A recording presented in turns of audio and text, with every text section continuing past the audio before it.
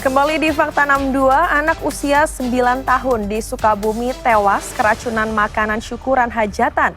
Keracunan ini pun membuat 170 warga di 2 kecamatan terpaksa dilarikan ke rumah sakit karena mengalami gejala mual dan muntah. Pak, punten Pak. Pak, punten lah Pak. Tuh. Lagi-lagi makanan hajatan menyebabkan keracunan. Kali ini 170 warga di Kecamatan Sagaranten dan Curug Kembar terpaksa dilarikan ke Puskesmas Sagaranten, Kabupaten Sukabumi, Jawa Barat. Para korban mengalami gejala keracunan massal pada Selasa siang.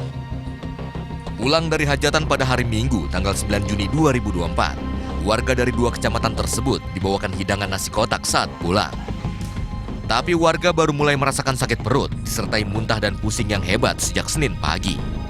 Satu persatu warga yang merasakan keracunan dibawa ke puskesmas dan langsung dirujuk ke rumah sakit.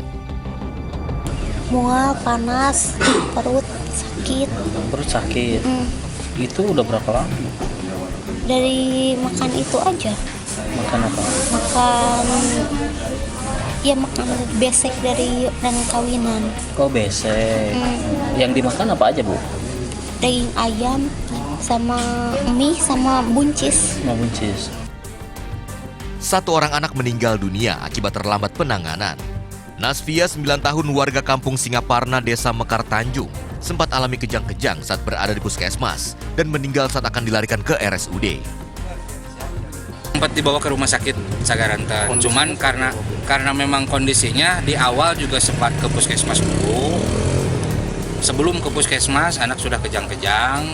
Nah, puskesmas kebetulan mungkin saat itu nakesnya juga lagi terbatas, dirujuk ke rumah sakit, makin memburuk keadaannya. Dugaan memang ada kesamaan gejala, kita menduga dari keracunan makanan tersebut.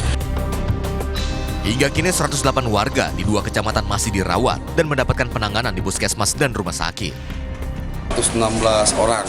116. Terdiri dari jumlah orangnya pasien yang masuk ke Puskesmas Sagaranten itu 85 orang dari hari kemarin itu, yang sudah pulang 49 orang, yang masih observasi 6 orang, dan yang baru dirawat itu baru 30 orang. Dan sampai saat ini masih terus berdatangan, Pak? Masih terus berdatangan, Pak. Ada beberapa hal yang berpotensi sebabkan keracunan terjadi. Mulai cara pengolahan, waktu pemasakan, hingga cara makanan ini dikemas sebelum dibagikan. Yang pertama bisa jadi pencemaran, yang kedua bisa jadi ada penggunaan bahan berbahaya, yang ketiga mungkin bahan tambahan pangannya terlalu banyak digunakan.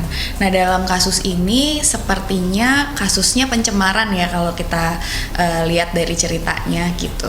Jadi kalau pencemaran itu ada pencemaran mikroba sama pencemaran kimia.